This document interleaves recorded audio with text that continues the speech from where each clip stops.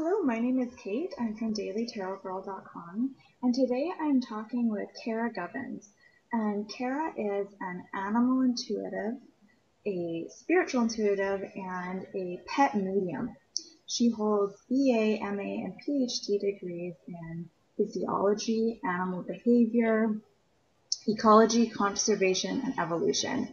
And Cara and her research have been featured on CNN, the BBC, National Geographic specials, and the Discovery Channel. So Cara, welcome. I am so excited to talk with you today about animals and animal communication. So welcome to my show. Thanks, Kate. I'm so excited to be here. I love talking to you. Okay, thank you. So I want to start off by asking you to just sort of explain a little bit about what exactly you do. Well, I guess, there's so many ways to explain it, but kind of big picture for me is I help people connect on the soul level, either with themselves, with the spiritual intuitive work, or with their animal that they're living with, or with their pet that is passed on.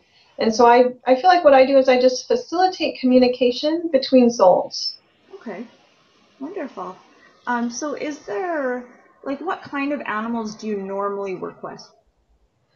I would say the majority of my work is with dogs and cats. Okay. Because those are most of the animals that people have around. I've done some work with horses, and I got to do a reading last year for a guinea pig.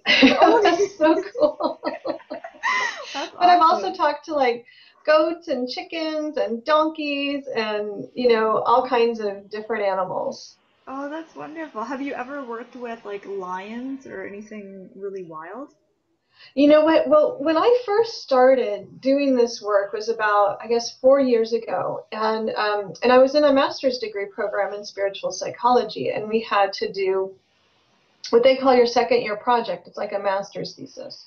And so what I decided to do was to track my progress as an intuitive and talk to as many different animals as possible and write a book about it. So kind of write a book about me and my process and how that all went. And so as part of that, that kind of practice and book and writing that thesis and everything, I went to the Sacramento Zoo and I went to the San Diego Zoo. And so I went to the elephants and the zebras and the giraffes and the orangutans and the lions, and I didn't do tigers, but I did do lions. The lions were super interesting. Yeah. So do you notice do different animals say different things? Like, for example, when you're communicating with lions as opposed to dogs, do you get is there a different message or a different way of communicating?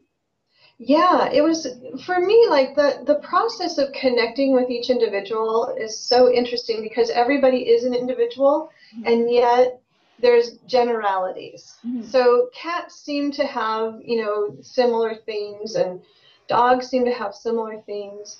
The lions, and the other thing that's really cool is I literally connect on the soul level, so I get to feel what it feels like to be that animal when I do a reading. So, when I connected with the lion, I really felt that power, and I really felt that strength and that clarity and that not like a proving it energy, but there was some of that in there. But when I connected with the lioness, it was really different, and she was a different kind of powerful. She was a grounded powerful. She was a caregiver powerful. And so I really do get a different feel for each animal and where they're coming from. And I feel like it's really about where their soul has their learning to do is what determines what animal they're going to be, or human. We all have different lessons to learn. I feel like we're here to learn lessons. And so the lessons that you can learn, as a cat are really different than the lessons you can learn as a whale. Right? Because you're coming from such a different place. You're in a different body. You're in a different social system. You're in a different environment. The things that show up are different. Just like, the popular story of the pauper and the prince. They're learning different lessons, and changing places, you learn a whole different lesson by going from being rich to being poor, or being poor to being rich. And that's what I feel like the generalities are. Within species, there's definitely themes, but then there's always individual variation as well. Right, right. Yeah. So, I'm curious, like, what do you notice? Like, what do animals have to say when you communicate with them? Oh gosh, they have so much to say. It's so cool because I'm thinking of my friend's dog.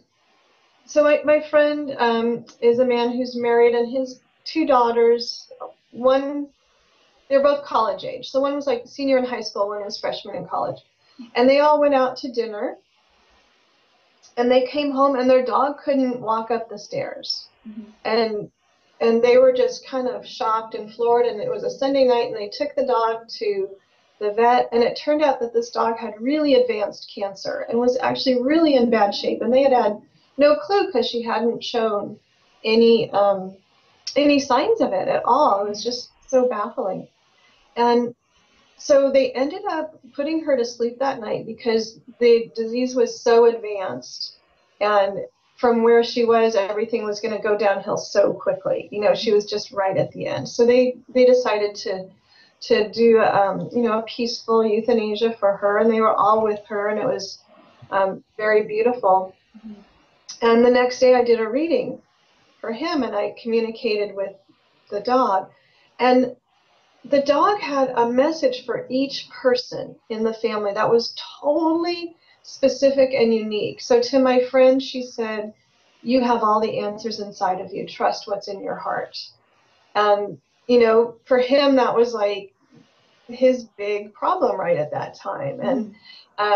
And his wife is a very accomplished, very successful businesswoman, and a wonderfully warm woman as well. She's just an all-around wonderful, wonderful person.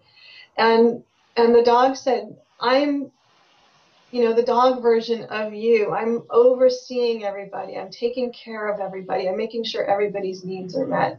And so the dog had similar messages for the two daughters as well that were very unique to them and their situation. So, one thing is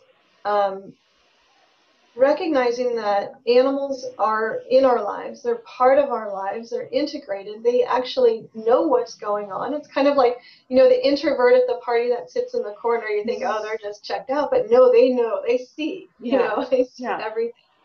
So the messages are often the most beautiful messages I get are when I just say, "Is there anything you want to share?"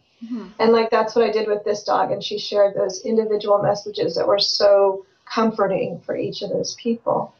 But also it really depends on the questions you ask, what they're going to say, So it's really important, I think, when you do go and get a reading from me or somebody like me that you ask the questions that really matter to you, because the animals, from what I've seen, are very deep.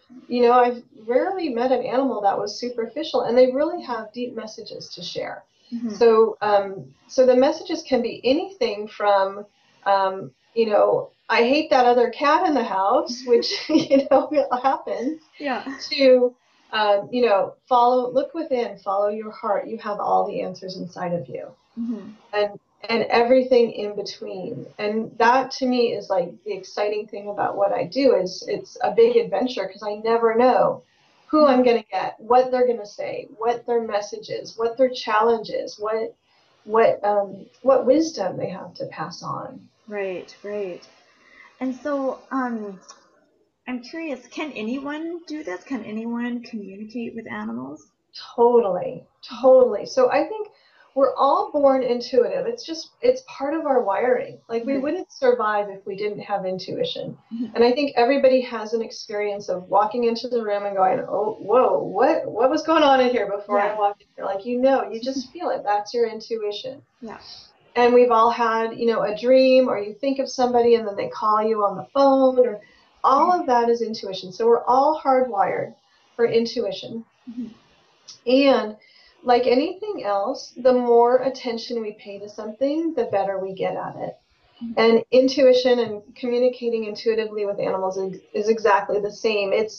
It's an ability and it's a skill. So it's something that you naturally have, but it's something that you can develop and improve over time with, focus, just focusing on it, tracking it, keep track of what you say to your dog or your cat and what they say back, and practice. And then there's tools. It's like anything else that's a skill. There's actual tools that you can learn, and that's why I teach classes, because my vision is a world where animals and people are talking together all the time. It's like we're all Dr. Dolittle, we're all Noah, we're all whoever that can really communicate on deep levels and have meaningful interactions with the animals in our lives. And so yes, anybody can do it. Right away, maybe not, but definitely with practice. Right. Is it the kind of thing where some people are sort of more naturally better at it than others? Is it that kind of a thing? Yes and no. I meet so many people who really have a natural affinity for animals, and they're just good at being around animals. They can read the body language. They can pick up on stuff. But I have a friend who is a veterinarian, and she's, not a woo-woo person at all, but she was, she had a horse who was her patient, and she kept coming home and saying to her husband, I really think this horse wants a goat as a friend. And they just both thought it was the weirdest thing that she should feel this way. And she finally mentioned it to the horse's owner, and she's like, you know what, my neighbor keeps telling me the same thing. Every time she's over here with the horse, she says the same thing to me. And I'm like, yes, that's intuition. That's communicating with animals. It's not like Mr. Ed. It's not like they say English words out loud, but you get feelings, you get impressions, you see pictures, you kind of get a sense of stuff. And that's how intuition works. And so it can be hard to quantify, it can be hard to identify. Yeah. But once you start paying attention to that horse wants a goat, then then it has the opportunity. You're kind of reinforcing it by paying attention to it, and then it can show up more and more. Right. Well, I've always been drawn to working with animals, and it's unfortunate I actually there are no animals in my life right now. I live in an apartment building and I can't have any pets, so I don't have any pets, and I'm rarely around animals. Once a year I go to a summer fair in my town, and they have horses and like a bunch of farm animals, and I'm just in heaven like the whole time that I'm there, because I hardly ever get to be around animals. But I was really intrigued with learning about animal communication when I watched the video. It was actually a video that you posted on your blog, I think this week, about the lady who was talking to I think it was a panther or a jaguar or something. Yeah, the Black Panther. I saw that video, I guess 2 or 3 months ago, and after seeing that video, I was like, oh, I really want to learn how to do this. That looks so cool. So I'm just wondering if you could tell me a little bit more about your classes and what exactly you teach in them. Yeah, definitely. And that video is way cool. Yeah, it was so awesome. I'm assuming most people can. Everybody should go and go to my website and watch it there, caragubbins.com/blog, and it's right there. It's really amazing, and it's short, but it's so powerful. Yes. So with my classes, so I teach a class called Connect with Your Pet, and it's all about how to communicate intuitively in both directions with your pet. And to me, there's really three topics, 3 areas, I don't know, whatever the word is, but there's 3 aspects to really succeeding at connecting with your pet on an intuitive level. And the first is the intuitive tools. So, I talked a little bit before about it's an ability we all have, but there are tools. And so that's what I teach. There's ways to manage your energy field so that you are much more receptive and your intuition is turned on. So it's easier for you to access it. It's kind of like if you walk into like a TV store, and they have like a million TV sets on, and they're all on different channels, and you got different images and different sounds.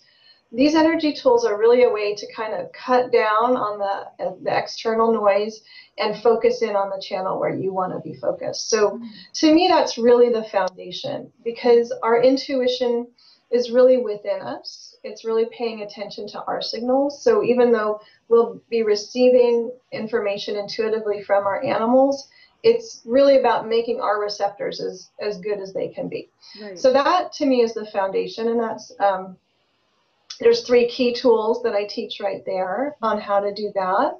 And then sending clear signals is part of it. It's super cool to be able to look at your dog and they look at you and they go, oh, you want me to sit? Okay. And it's like, I do that sometimes, and sometimes they do it, not 100%.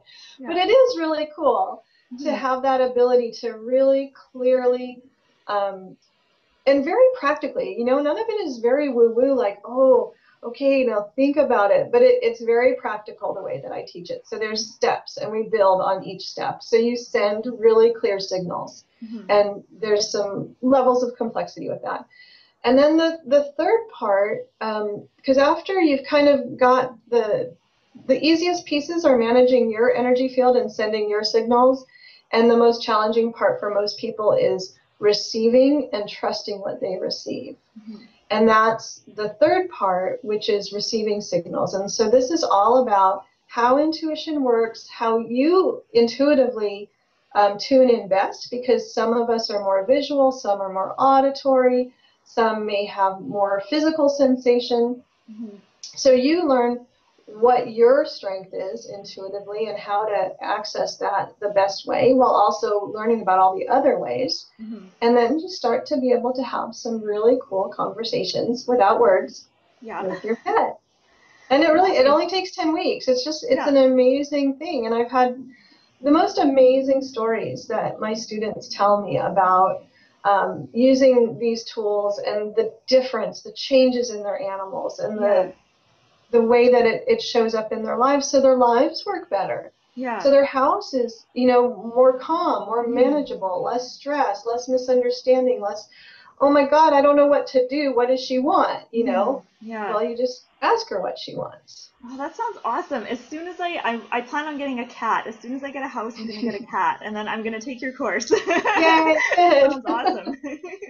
So I just want to go back to what you were saying about being able to, I don't know if this was the words that you used, but being able to sort of control your energy field and the vibration that you're sort of giving out.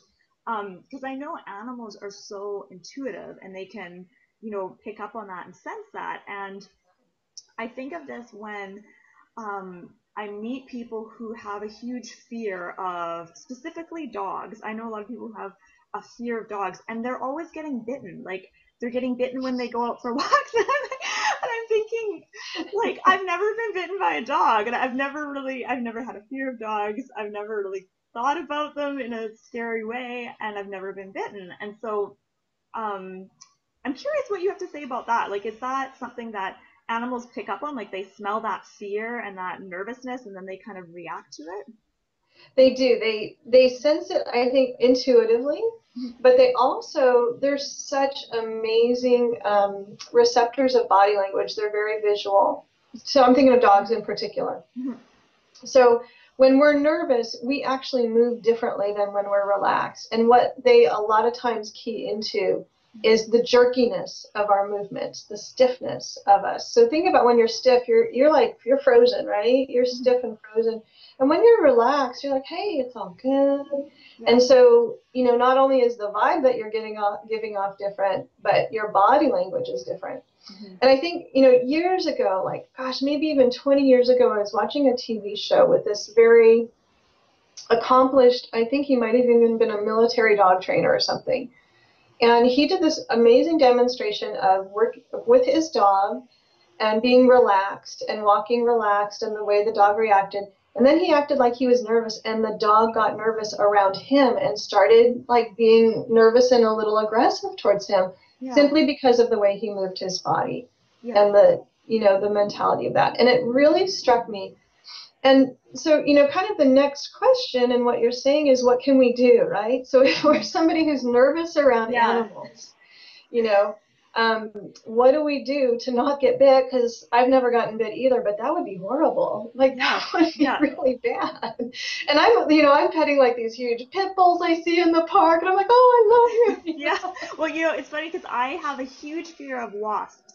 And no one else I know really has a fear of them. And I get stung like every summer. And as soon as I see a wasp or hear a wasp, I go into fear mode and I can't control it. I can't calm myself down. And then I get stung. And so I imagine it's the same kind of thing for people that are scared of dogs. Yeah, I think it is the same thing. And that's why, like, and I have a free book on my website called Sending Signals. And it's really about what you're focusing on when there's a wasp is you're worried about the bad thing that's going to happen, right? And so your body reacts. And so you're actually going into fight or flight. Wasp means danger, means pain, means fight or flight. And your body goes into fight or flight. And so the signals that you're sending out are all about the bad thing that you expect to happen. But, for you, and maybe not for you because it's so clearly biochemical for you because your fight or flight is getting kicked in. And maybe it's the same way for people who are afraid of dogs. But to me, the first thing is to calm yourself. So feel your connection to the earth. This is so critical for turning off the fight or flight. So I teach a technique called a grounding cord, which is literally, I think of it like the string on a balloon that keeps the balloon from floating away. So our energy field is around us and integrated through us, and we need to be connected to the earth to feel safe. And so our grounding cord is literally like that string, but it goes into the center of the earth. So you can just picture a long tail going to the center of the earth, roots growing down from your feet, whatever.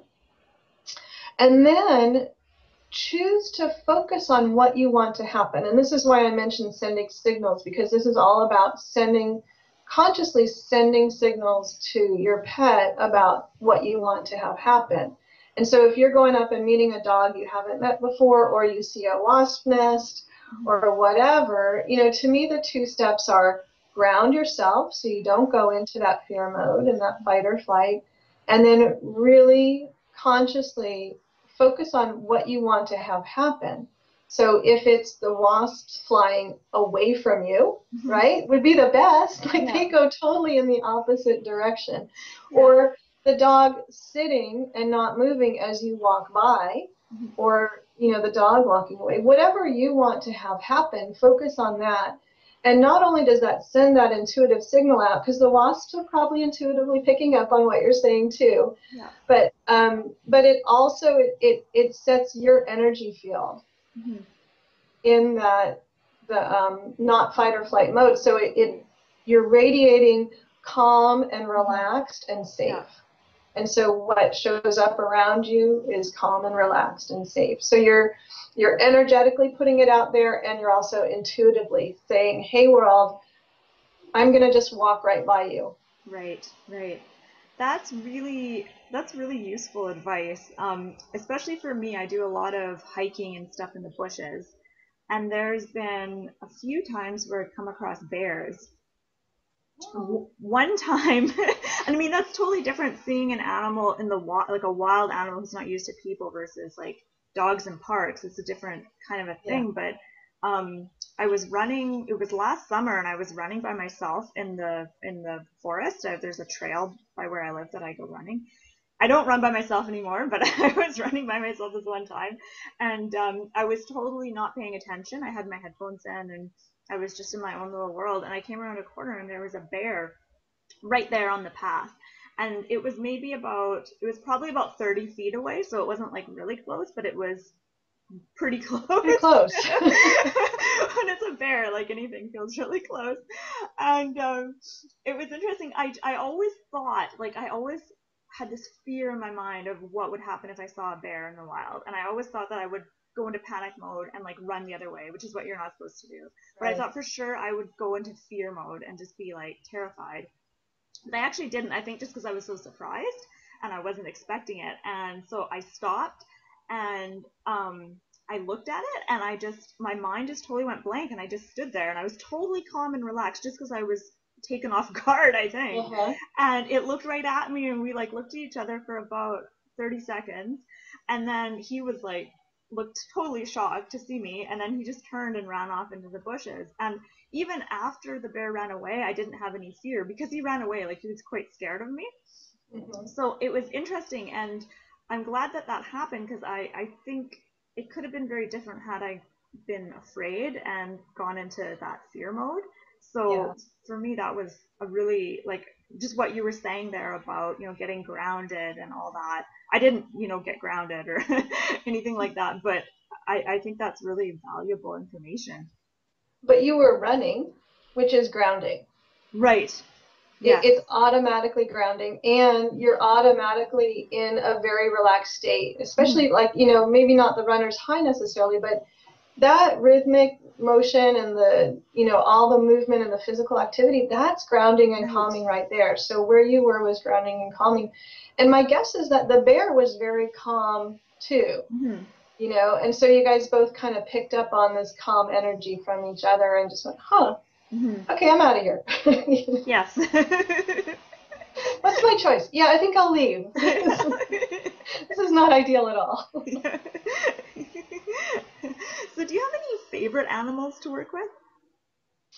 Oh gosh. It's so cool because when I do readings, I fall in love with everybody.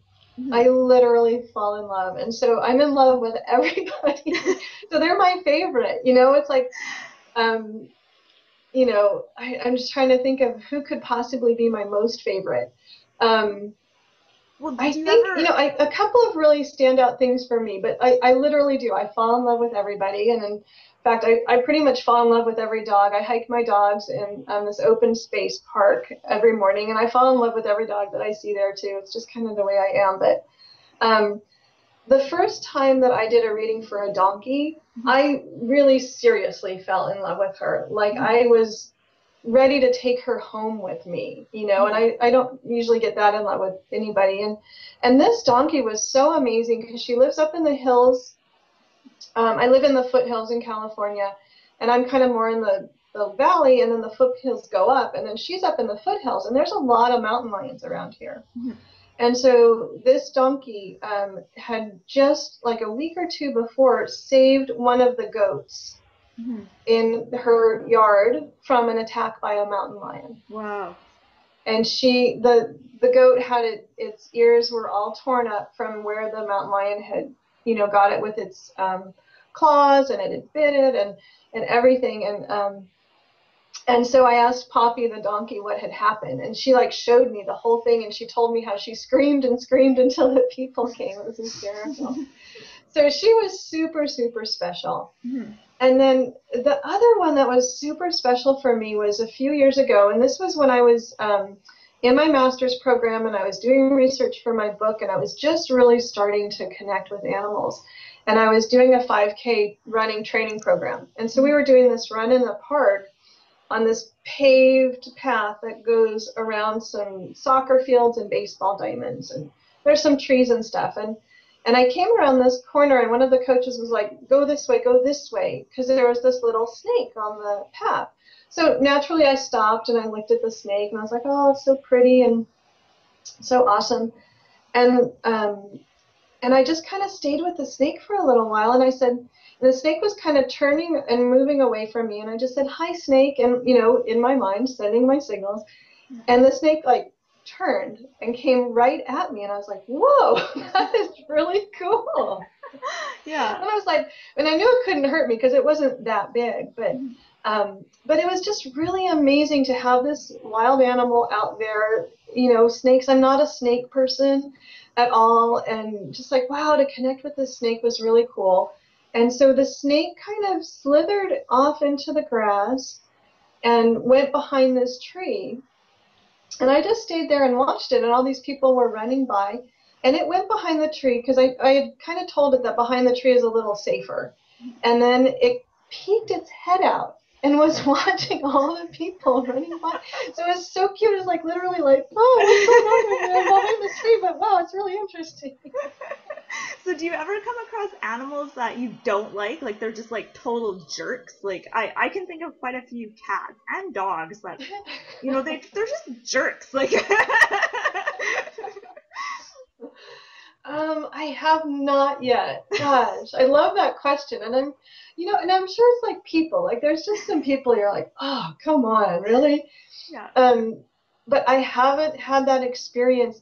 And I think, and this just may be like my wiring or something, but I like love animals. I love tarantulas, I love sharks. I love all the animals that a lot of people hate or think are bad or evil or whatever. And I just think they're so amazing.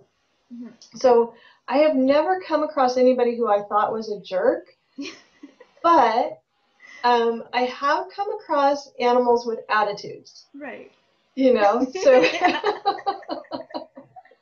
whether we agree on whether that's warranted or not, Yeah.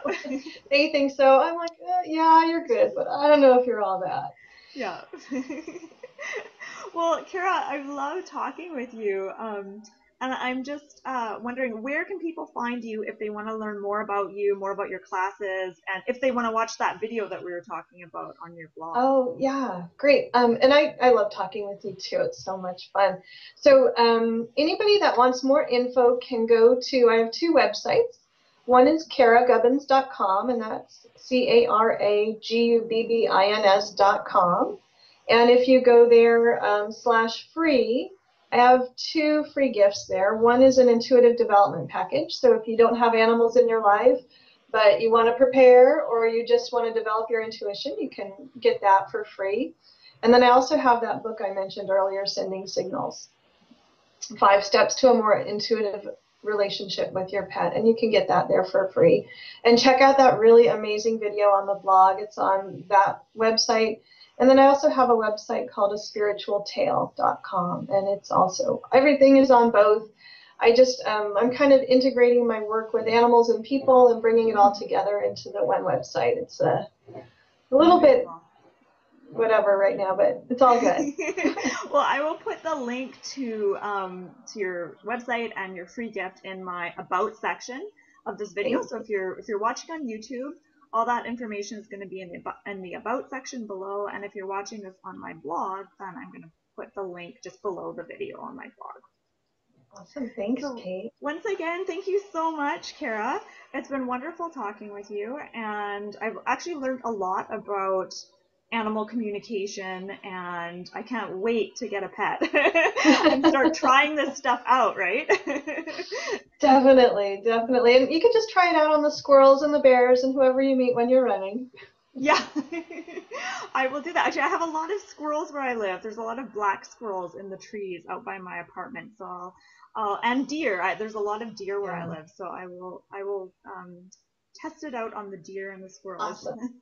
Awesome. Okay. Thank you so much, Cara. Thank you, Kate. It was fun.